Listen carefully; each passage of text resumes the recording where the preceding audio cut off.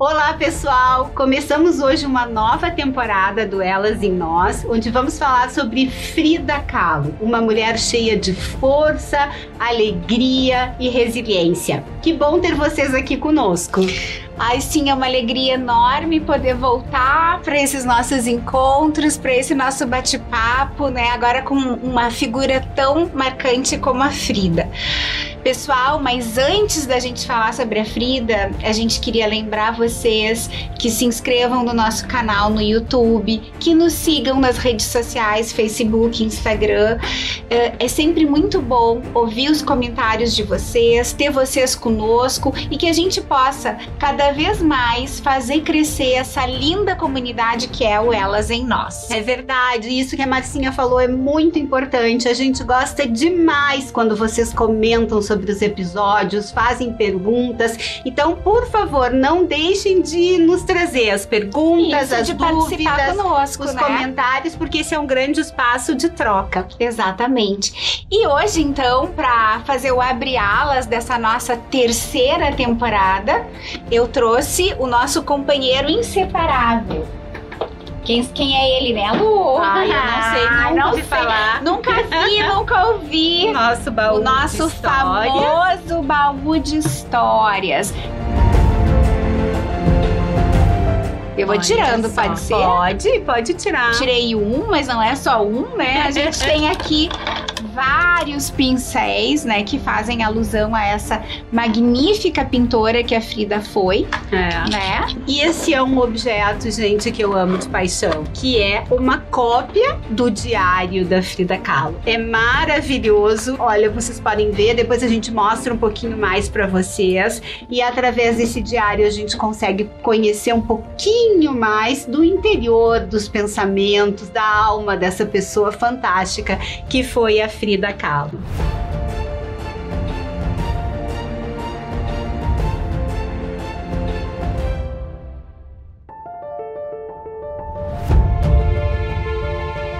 Mas o que significa eu sou minha obra de arte?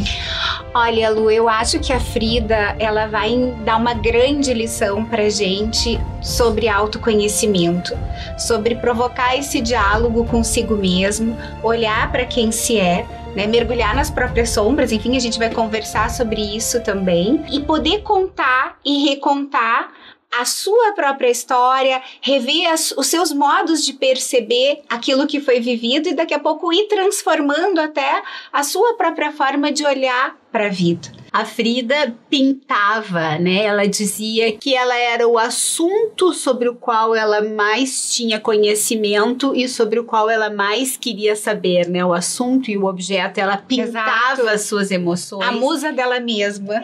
Ela pintava as suas emoções, pintava as suas experiências e ela usava muito esse processo de pintar enquanto um processo de autoconhecimento. Tanto que a maior parte da obra dela são autorretratos. Exatamente. É muito interessante. E a Frida se definia como aquela que pariu a si mesma. Como a gente pode ver nessas páginas magníficas desse diário, ela diz lá que se pariu a si mesma. Me parece, assim, que a Frida, ela trata, Lu, não sei se tu concorda comigo, ela suscita na gente, quando a gente mergulha na história dela, em algumas questões que eu acho que são tão interessantes pra gente poder compreender um pouquinho da natureza humana, né? O quanto a gente tem individualidade e complexidade dentro da gente, o quanto esse diálogo, a gente ser capaz de travar esse diálogo consigo mesmo e às vezes enfrentar as nossas escuridões. Isso vai fazer com que a gente consiga empreender num processo de autoconhecimento mais efetivo e o quanto a gente ser capaz de recontar as nossas histórias e as nossas experiências, na verdade, podem mudar as nossas ações futuras, porque eu acho que isso ela também foi capaz de fazer. E o que seria individualidade e complexidade? Né? Do que a gente está falando? Para falar de individualidade e complexidade e falar de Frida Kahlo, eu quero te pedir para que tu me sirva um chazinho à moda mexicana aí. Vamos lá. Deixa eu te dar um chazinho.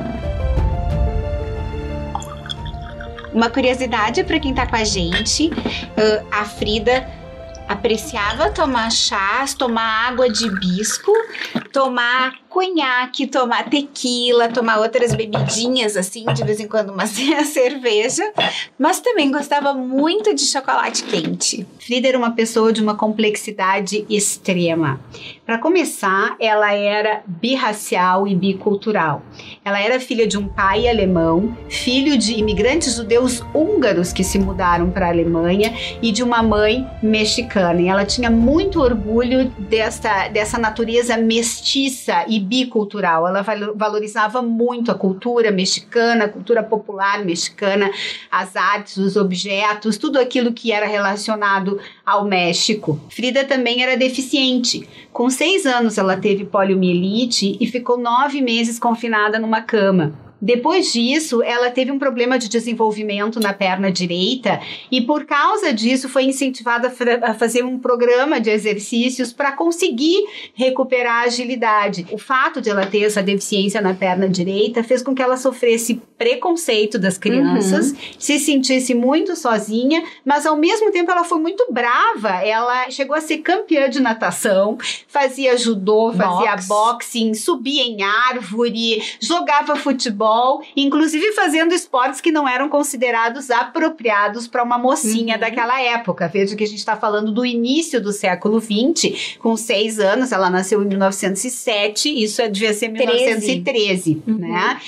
E ela também, mais tarde, com 18 anos, sofreu um acidente muito grave e ela escapou desse acidente, eu acredito que por milagre, mas com uma série de lesões na coluna, no pé direito, deslocou o ombro, na pelve e teve um corrimão de ferro que atravessou o quadril esquerdo dela e saiu pela vagina. Acabou gerando uma série de problemas nela. Ao longo de toda a vida, ela se submeteu a 32 cirurgias, sentia muita fadiga, sentiu cansaço, sentia dores constantes. Convivia muito com a dor física, com a dor física, exatamente. E mais tarde também se descobriu que ela tinha uma deficiência congênita na coluna, que podia estar na raiz de muitos problemas que ela teve, né? Então, Marcinha, como nós vimos, né? Bicultural, birracial, deficiente bissexual, né? E, na verdade, assim, uma pessoa que, dentro dessa ideia de complexidade, a gente não poderia colocar ela numa caixa, né? E dizer, a Frida é assim, ou ela se definiria apenas por isso. E essa reflexão, eu acho que uma coisa bem interessante, né, Lu, que nós duas sentimos quando a gente estava estudando e conhecendo mais a fundo a quem é Frida Kahlo, é que, assim como ela é esse todo complexo, nós também somos, né? E como a gente tende, às vezes, a querer encerrar-se e encerrar as pessoas em pequenas caixas e reduzir as pessoas a isso. Sim, a gente classifica, ou é branco, ou é preto, ou é gay, ou é hétero. Binária, né? Ou isto ou aquilo, e o que a Frida, na verdade, ela mostra pra nós, isso salta aos olhos, ela denuncia isso de uma maneira muito, eu diria assim, muito forte. Muito clara, especialmente para os padrões da época, né? Uma artista, além de tudo, ela era comunista. Fumava, bebia, comunista. Exato. Então, a gente tem muito mais tons de rosa entre o vermelho e o branco. Não dá para nos categorizar como isso ou aquilo. Nós somos indivíduos de um universo, grande complexidade. É um universo. A gente sempre fica procurando, de certa forma, e isso é uma experiência que eu tô colocando que eu, como leitora, tive, tentar enquadrar ela. E eu ficava, na verdade, sentindo, trabalhando comigo mesmo, dizendo é impossível enquadrar ou definir Frida Kahlo. E certamente essa experiência de impossibilidade de definição da Frida Kahlo, ela serve pra gente parar e refletir, né? E ver que a gente não tem que enquadrar e nem encaixotar ninguém. E aí me veio uma outra questão aí, que é a questão do herói e do vilão, que na verdade habitam todos nós. E que talvez em outras personagens, outras figuras que a gente tenha se debruçado, essa porção mais humana, mais contraditória, ela não tenha ficado tão evidente como é o caso até da porque, Frida. né, Marcinha, eu acho também que a gente se debruçou, talvez a Cleópatra nos tivesse sempre essa dicotomia, porque mas a Frida mais intensa, a Frida mais intensa, porque a Cleópatra era mais do ponto de vista político, né, de quem estava do lado de quem. Obviamente, com a Frida, como ela vem de uma época mais recente, nós também temos muito mais informações, né? Tem visões diferentes de pessoas que conviveram com ela. Escritos dela. E isso né? mostra.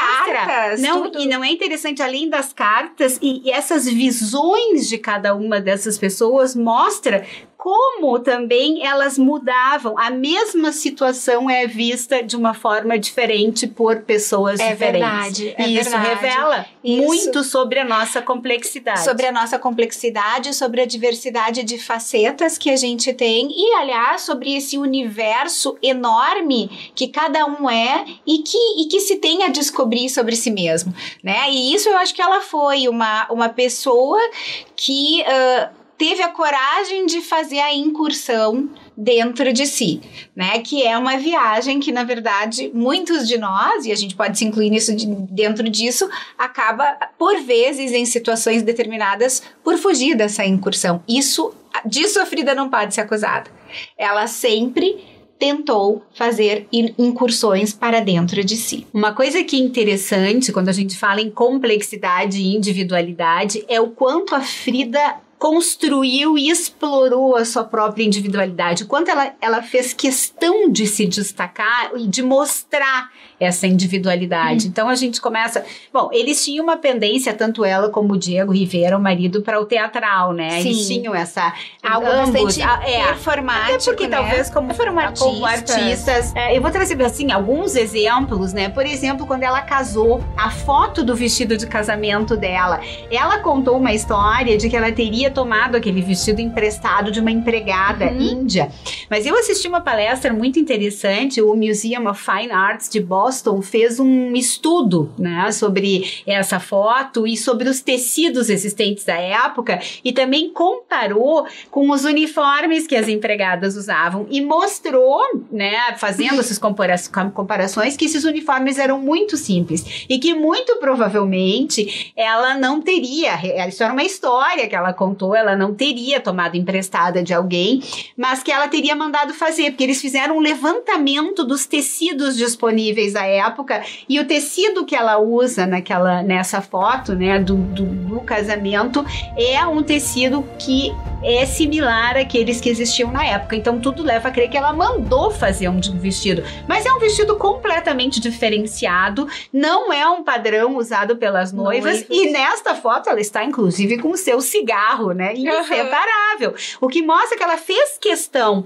né, de sempre marcar a sua individualidade. Depois, mais tarde, a questão das sobrancelhas, das famosas monocelhas, até depois veio o bigode, né, tudo isso que ela foi incorporando. E ela incorporou e adotava muito a vestimenta das mulheres terruanas, que são mulheres de uma determinada região do México, nativas. Aquilo não era só ela. Quando eu assisti essa palestra sobre o estilo dela, me chamou a atenção que havia uma onda no México desta época, que era a onda das chicas poblanas, né? Como eles chamavam. Essas mulheres, além da vestimenta ser linda, né, riquíssima, assim, em termos de detalhes e de beleza, essas mulheres, elas vinham de uma sociedade matriarcal. Elas eram consideradas belas, sensuais, fortes e elas tinham até uma certa dominância, dominavam os homens, né? E o Diego gostava muito desse tipo de vestimenta, mas ela adotou. E ela também misturava, não era só aquilo, ela ficava misturando, né, a vestimentas de várias classes sociais, de várias origens. Ela ficou conhecida também por jogar muitos anéis, né, nas mãos e tudo, e aquele batom também inconfundível, né, e tudo isso para marcar a si própria. Claro que ela construiu uma persona, e isso estava dentro do que se fazia, né, não era só ela nos anos 20 que tinha essa construção, e ela tomava muito cuidado também antes de sair, estudava a maneira de se vestir, mexia aqui e ali na roupa, era tudo meticulosamente construído, tinha uma construção de imagem para o mundo. Tem sempre uma questão simbólica aí, né? Que é porque a gente tá falando até, eu sou a minha obra de arte, e isso faz muito parte desse processo dela, de construção também dela mesma. Da própria individualidade. Isso, essa busca que ela fazia e que se retrata na sua obra, ela também se expressa nesse modo de ser e de estar no mundo. Quanto ela fazia questão de dizer ao mundo, eu sou um indivíduo único, ela não era igual a ninguém, né? Agora, interessante, Marcinha, essa questão da construção da persona, a gente vê muito isso, né? Exato. Hoje de uma outra forma, não, de uma mesma forma, mas com umas consequências talvez também um pouco próprias para o mundo de hoje, né? O que tu acha? Quando a gente tá falando de persona, um pouco é essa caixa, eu vou colocar assim, de certa forma, essa embalagem que se vende pro mundo daquilo que a gente é, ou parece ser, e que a gente também, como um sujeito inserido nesse mundo virtual, e enfim, nesse mundo digital, melhor, né? A gente também recebe ou interage com as personas alheias, e às vezes a gente cria ideias que são preconcepções, digamos, sobre o outro, que não são reais, né? Ou que, eu poderia dizer assim, ou que parte daquilo é a parte da história, mas aquilo não é a história toda. O construir uma persona é muito interessante, porque e não é uma tendência de agora, né? Como a gente viu nos anos 20, isso era muito em moda, esse vestir desta ou daquela forma, e eu acho que isso é da natureza humana, e como tu diz, faz parte do processo de construção da própria identidade, e o construir a persona, ele tem um lado super bom, porque ele te mostra, né, ele te ajuda, e ele te destaca, a te destacar exatamente isso, enquanto indivíduo, mas a gente também tem que ter o cuidado para não se relacionar e não se transformar na persona e esquecer de quem nós realmente somos, até porque, né, quando a gente se conhece, quando a gente mergulha nessa jornada de autoconhecimento e procura estar em sintonia com quem somos, esta persona pode mudar a nosso serviço. Exato. Às vezes a persona de hoje pode não ser a persona de amanhã. Isso é uma coisa muito importante e interessante que tu diz, que o problema não é a persona, né?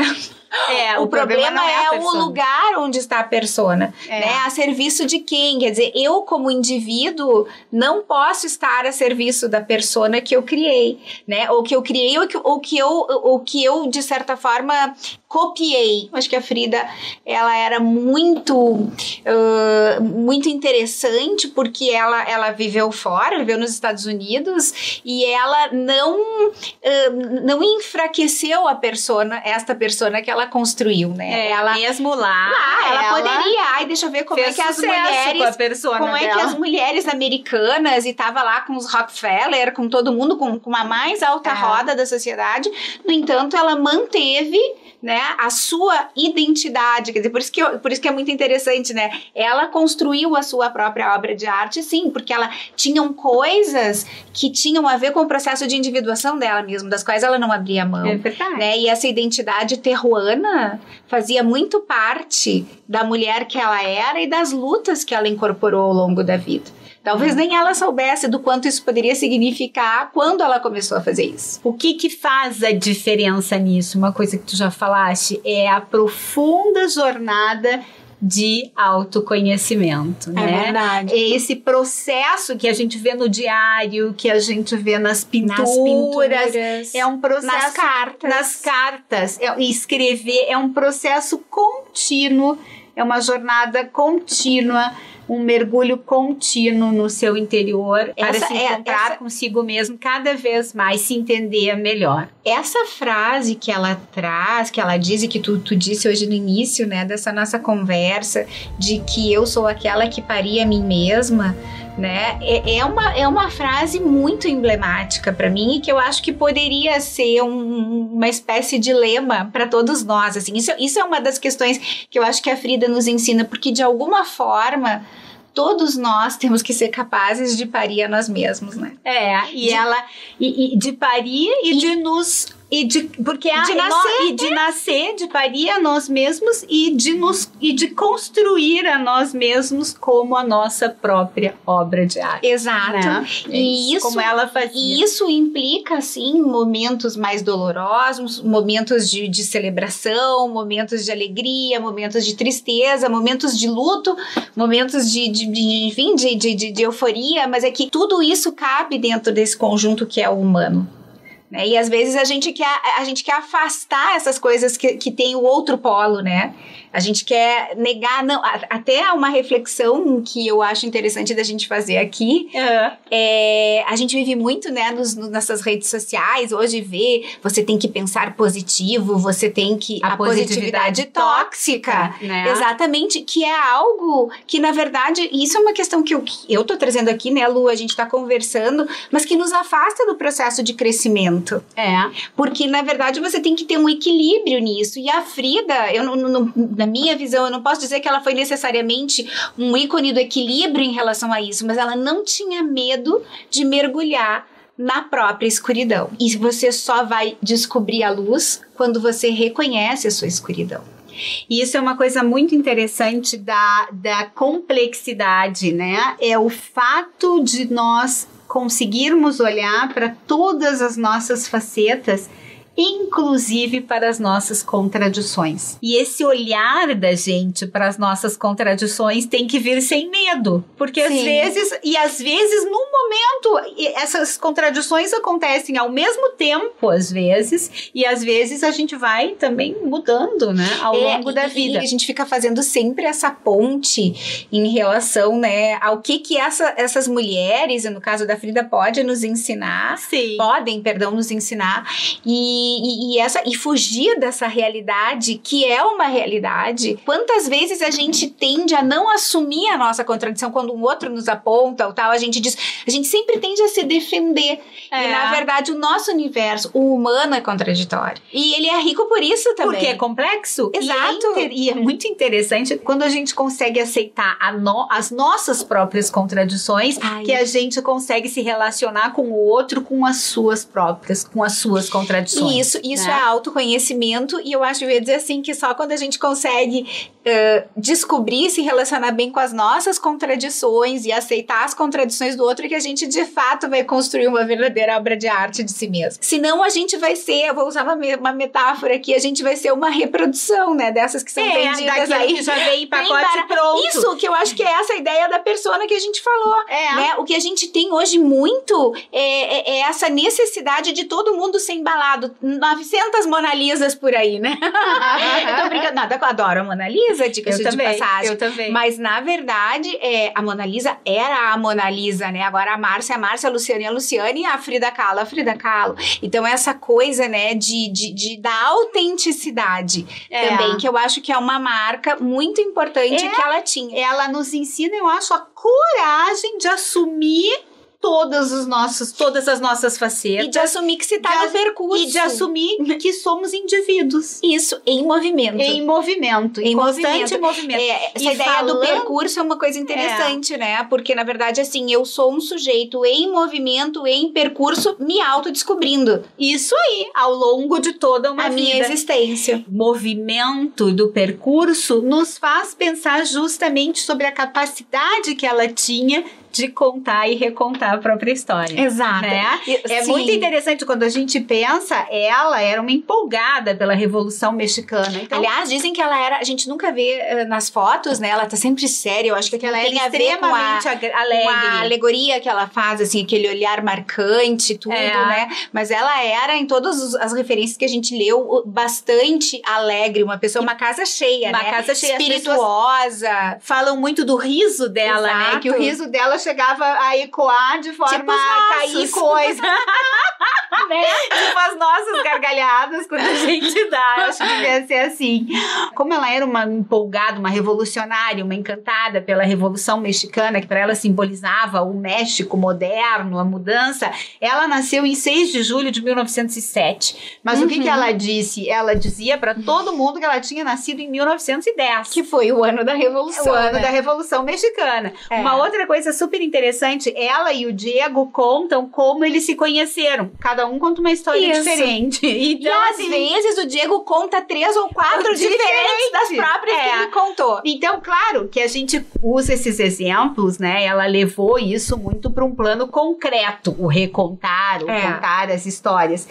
Mas, na verdade, a gente pode olhar de forma diferente para a nossa própria história e recontar as nossas histórias de forma a encontrar novos rumos para as nossas vidas. Que isso que tu tá trazendo... Desculpa. Não, fala. Não, eu ia dizer assim, esse recontar, claro, ela, pelo que a gente entrou em contato com o que a gente conhece dela, né, ela chegava a, digamos assim, o pessoal dizia que ela era bastante exagerada, às vezes ela mudava... Sim, a história dos 3 meses no hospital, depois do acidente com o ônibus, quando na verdade ela ficou Exato. Teve uma outra vez que ela ficou 1 ano e ela disse, eu fiquei 3 anos, ela fazia. Exato. Mas eu acho que isso, do ponto de vista, de novo, simbólico, serve pra gente experimentar diferentes olhares sobre a nossa própria história. Exatamente. Às vezes a gente olha pra algum evento, alguma coisa e se pune por algum tipo de postura que a gente teve e daqui a pouco não. Ela te acena com a possibilidade de fazer um convite. Olhe para essa mesma situação, mas de uma forma diferente. Você tem inúmeras formas de olhar, inúmeras formas de recontar, inúmeras formas de perceber. E isso pode mudar o modo como tu vai levar a tua vida daqui para frente. E como transformar uma situação. Isso. Tem duas pinturas dela, né, que nos chamaram a atenção desse ponto de vista. Uma delas é Recordações de uma Ferida Aberta, né? Tem várias, né, assim, mas só pra gente falar de duas. Pra gente ilustrar, né? Quando que ela pintou depois que ela descobriu que o Diego tinha tido um caso com a irmã dela. E isso é dito por uma das biógrafas dela, que vê essa pintura como um olhar sobre essa situação que, embora seja um olhar de dor, de alguém que está ferido, é ao mesmo tempo um olhar que traduz a transformação da Frida, ou seja, a partir daquilo ali ela não ficou só a Frida ferida com dor, não, ela se transformou numa mulher aberta, inclusive com uma abertura sexual maior e tudo, ela se transformou numa outra a partir daquela experiência, então ela deu um novo olhar para aquela experiência. A mesma coisa nas 2 feridas. Há quem diga que aquilo faz alusão à identidade dela, que era birracial, bicultural, mas esta mesma biógrafa, que é a Hayden Herrera, diz que uma das feridas está com o coração, né, partido e a outra com o coração inteiro, uma vestida em trajes clássicos, que a outra como terruana. Nessa pintura ela mostra aquela Frida que foi abandonada pelo Diego e a outra que está com o coração inteiro, que é amada por ele. Que é amada por ele. Então, é muito interessante e ela vai recontando, então ela vai através das pinturas, através do diário, ela vai repensando e recontando e refletindo a própria história. E eu acho que ela nos ensina muito sobre isso, e eu me lembro de uma psicóloga norte-americana, a Lori Gottlieb. Eu gosto muito do trabalho dela. Ela tem um livro que diz, acho que você deveria conversar com alguém. Ela diz que a gente tem que recontar, que às vezes tudo aquilo que nos acontece, quando a gente reconta, reescreve a nossa própria história, a gente consegue mudar o olhar sobre ela, encontrar outras dimensões. Mas o que me chama muita atenção nesse trabalho da Lori Gottlieb é que ela diz que para fazer isso é necessário ter muita compaixão. Consigo mesmo, exato. Uma questão bem interessante, assim, é que a Frida, ela teve, eu acho que ela foi construindo esse sentimento de compaixão por ela própria, e ela era capaz de ter muita compaixão pelos outros. Isso. Né? Ela era uma pessoa reconhecidamente compassiva. E né? escutava muito, aconselhava muito.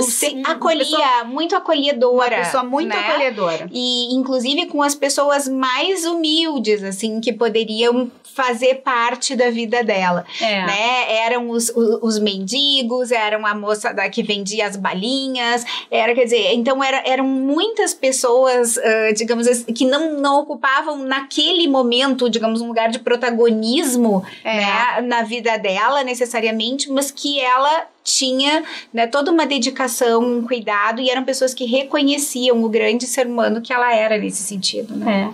Então eu acho, né, Marcinha, desse nosso primeiro episódio, Eu Sou uma Obra de Arte, acho que nós ficamos com essa jornada que ela nos propõe, né?